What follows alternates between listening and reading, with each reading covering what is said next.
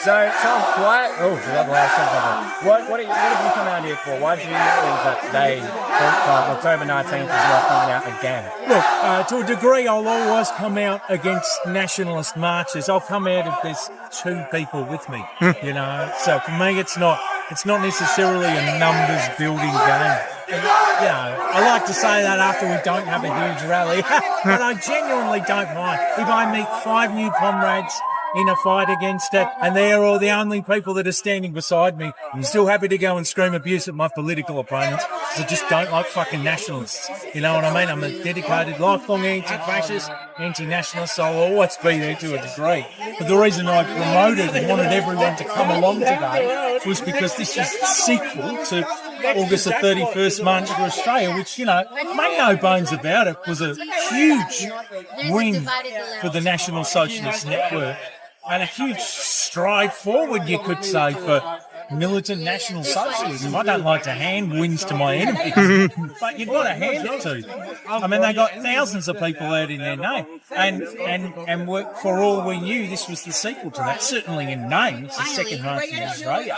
I think it's of real urgent importance to stand up and to do everything you can, whether it be showing up today, using information, like how we did between the last march and this one, showing how the last marches were co-opted and stacked in the leadership sense by the NSN, using every tool at their disposal. It's all really important. But after all that's done, after all the info and the organising and the talking and arguing online is done, you have to come out and show up again. I know, at least having been watching the cookers and just watching their activity, they were pretty, well, at least the organisers were happy to see that the NSN, just as you mentioned them, they announced they weren't going to be at any events today. Now, do you think, because you seem to have some, whether it's experience or understanding, knowledge, whatever, do you think just because they had put out a post saying we're not going to show up because they don't see a need to, whatever, that actually means the NSN weren't going to show up?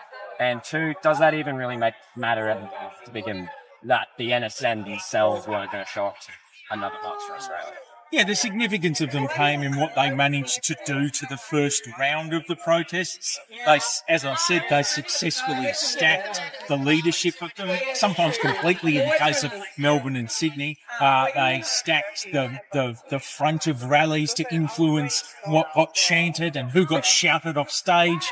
They influenced the chants by being at the front of the marches. And, you know, in doing that, they you know, even for this comparatively small numbers to the last march, they effectively were able to stack it, and you could argue let it.